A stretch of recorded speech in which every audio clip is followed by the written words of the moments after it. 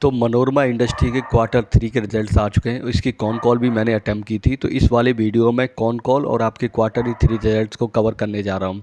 तो basically Manorama industry करती क्या है, ये डिफरेंट डिफरेंट टाइप्स के सीड्स हुए, चाहे वो ब्राज़ील का मार्केट हो या फिर आपका साउथ अफ्रीका हो या इंडिया हो, यहाँ से ये डिफरेंट टाइप के सीड कलेक्ट करती है। और इसके पास जो प्लांट है जिन्हें फ्रैक्शन प्लांट बोलते हैं, उनके थ्रू कोको बटर बनाती है, और इस कोको बटर को ये कंपनी चॉकलेट बनाने वाली कंपनियों को बेचती है। तो बेसिकली इसका क्या है, जो टोटल रेवेन्यू होता है उसमें 73% ये कंपनी एक्सपोर्ट करके करती है, और रिमेनिंग 27% इंडिया के मार्केट से आता है। तो मेरी जर्नी जो इस कंपनी के साथ शुरू हुई थी वो हुई थी 2021 में। तो 2021 में लगभग ये 300 कुछ रुपए की रेंज में था, उस टाइम पे मैंने इसमें अपनी पोजीशन बनाई थी। तो लेने के बाद शेयर काफ़ी गिरा, हर रिटेलर की तरह मैं भी गिरने के बाद सोचने लगा कि मैं लॉन्ग टर्म इन्वेस्टर हूँ। लेकिन जैसे शेयर गिरता गया उसके बाद फिर मैंने थोड़ा इसके बारे में जानना चाहा, इसके क्वार्टरली रिजल्ट्स वगैरह देखे, मैनेजमेंट की कमेंट्री सुनी। तो जो कंपनी का बिजनेस मॉडल है ये मेरे को काफ़ी अट्रैक्टिव लगा था, तो मैं इसमें बना रहा, थोड़ी सी पोजीशन और बढ़ाई थी। तो आज मैं इसके Q3 के रिजल्ट्स को कवर करने जा रहा हूँ। तो यहाँ पर कोई रिकमेंडेशन वगैरह नहीं है, मैं बस जो मैनेजमेंट की कमेंट्री रही है उसी को थोड़ा समराइज करता हूँ। तो Q3 के जो रिजल्ट्स रहे हैं वो इस प्रकार हैं। टॉप लाइन ग्रोथ जो है वो 112% की रही है, और कंपनी ने 296% का प्रॉफिट ग्रोथ दिखाया है। तो अभी अगर मैं इसकी प्राइस टू अर्निंग की बात करूं तो वो लगभग 78% के करीब है। तो कंपनी ओवरऑल देखे जाए तो रिजल्ट्स बहुत ही शानदार रहे हैं। इन्होंने जो पिछले क्वार्टर में 750 करोड़ का ओवरऑल ईयर का जो गाइडलाइन दी थी, तो वो लगभग अगर Q4 के रिजल्ट्स भी इस हिसाब से आ जाते हैं तो वो लगभग कवर कर ही लेगी। उसमें कंपनी को कोई खास दिक्कत होने वाली है नहीं है। तो कंपनी के रिजल्ट्स बहुत ही अच्छे रहे। कंपनी ने ये भी बताया था इनका जो एग्जिस्टिंग प्लांट है उससे ये लगभग 100% का अपना कैपेसिटी यूटिलाइजेशन कर रहे हैं। लेकिन अभी जो न्यू प्लांट शुरू किया है उससे लगभग इनका 45 से लेके 50% का परसेंटेज का कैपेसिटी यूटिलाइजेशन है।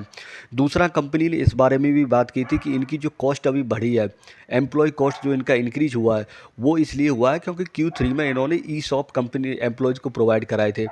तो एक इन्वेस्टर ने ये भी पूछा था क्या फ्यूचर में ये रहेगी, तो कंपनी ने ये कहा था कि फ्यूचर में कह नहीं सकते, लेकिन Q4 में भी हो सकता है, डिपेंड करता है कि कंपनी किस तरीके से अपना जो अकाउंटिंग है वो करती है।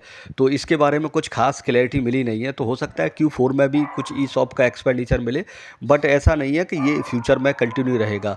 तो इसके अलावा अगर मैं और देखूँ तो इन्होंने ये बताया था कि इनका जो बैकग्राउंड इंटीग्रेशन हुआ है वो इन्होंने इसलिए किया है क्योंकि ये कुछ अपना वर्क है उसको आउटसोर्स कर रहे थे, इस वजह से, ठीक है। और कई सारे लोगों ने डायरेक्टली इनसे पूछा था कि जो 26 वाला फाइनेंशियल ईयर रहेगा इसके लिए क्या गाइडलाइन वगैरह रहेगी। तो उसके बारे में मैनेजमेंट ने कुछ खास गाइडलाइन वगैरह बताई नहीं है, ना ही इन्होंने कोई नंबर्स के बारे में बोला है, ना ही ROE और ROC लेवल पे कोई गाइडलाइन दी है। वो इन्होंने Q4 आने के बाद ही बोला है कि हम अपनी कोई गाइडलाइन नेक्स्ट फाइनेंशियल ईयर के लिए दे पाएंगे। कंपनी ने अपने मार्जिन गाइडलाइन जो है 23 से 25% तक के एबिटा लेवल पे रहेंगे Q4 के लिए बोला था। दूसरा, इसमें इन्होंने बताया था कि लगभग 580 करोड़ की इन्वेंट्री अभी इनके पास है। अगर मैं इनकी एक कमेंट्री को देखूं, देखिए मान के चलिए कि इनका जो एग्जिस्टिंग प्लांट से बोल रहे थे 100% कैपेसिटी यूटिलाइजेशन हो रहा है, और न्यू प्लांट से जो है 50% का हो रहा है। तो अगर ये हो सकता है, इस कैलकुलेशन के बेसिस पे मैं गलत भी हो सकता हूँ, पर लेकिन मैंने मोटा मोटी अटैम्प्ट करने की कोशिश की है कि 2026 में किस तरीके का रहेगा। तो मान के चलिए वो वाला 100 प्लस ये 150% अगर हम इसको मान लेते हैं ऑफ एक्स, तो 150 divided by 100 into X equal to 750 हो जाएगा। तो x इक्वल टू हम जब 750 इंटू 100 डिवाइड बाई 150 करेंगे तो जो x की वैल्यू है वो 500 आ जाएगी। तो 150% पे 500 का ये 750 लेके आ रहे हैं। तो मान के चलो इन्होंने बस एक ही चीज़ का गाइडलाइन दिया था कि फ्यूचर में नंबर्स को लेके ROE ROC के लेके कोई गाइडलाइन नहीं है, लेकिन कैपेसिटी यूटिलाइजेशन 175 टू लेके 180% तक रहेगा। यानी इन्होंने बोला था दूसरा प्लांट जो 50% है वो 75 से लेके 80% तक कैपेसिटी यूटिलाइजेशन होगा। तो उसको अगर 180 नंबर में मान लेता हूँ तो लगभग जो निकल के आ रहा है रेवेन्यू वो 900 के करीब आ रहा है। अब इसमें मैं कितना सही हूँ कितना गलत है ये मैं कुछ कह नहीं सकता, ये जस्ट मैंने ऐसे ही अपने तरफ से एस्टिमेट किया है। लेकिन नो डाउट कंपनी बहुत अच्छी है, इनके रिजल्ट बहुत शानदार हैं। मैं Q4 के रिजल्ट्स के लिए वेट करूंगा और देखूंगा कि Q4 के आने के बाद कंपनी किस तरीके की गाइडलाइन फ्यूचर को लेके देती है। तो अभी तो मैं इसमें इन्वेस्टेड हूँ, अभी जब Q3 के रिजल्ट्स आए थे तो 4.25% शेयर गिरा था। नेक्स्ट डे मैंने उस दिन भी अपनी ये जो पोजीशन थी उसमें इंक्रीज की थी। किसी के लिए कोई गाइडलाइन नहीं है, अगर आपको अच्छा लगता है तो अपना एनालिसिस खुद करें और उसके बेसिस पर ही देखें।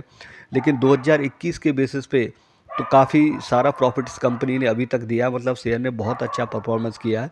परफॉर्मेंस इसीलिए अच्छा कर पाए क्योंकि इनके जो रिजल्ट्स हैं वो काफ़ी शानदार रहे हैं। मुझे उम्मीद था कि शायद 2026 का कुछ इसमें गाइडलाइन वगैरह मिलता, वो मिला नहीं। और जो मैंने अपना कैलकुलेशन किया है, अगर वो आता है तो साल 2026 में 20% की ग्रोथ मुझे यहाँ से दिख रही है। मुझे नहीं पता मैं सही हूँ गलत हूँ, उसके लिए मैं ये Q4 के लिए वेट करूँगा कि कैसा इसका रिजल्ट रहता है। आज के लिए बस इतना ही। Good night, thank you, bye, take care.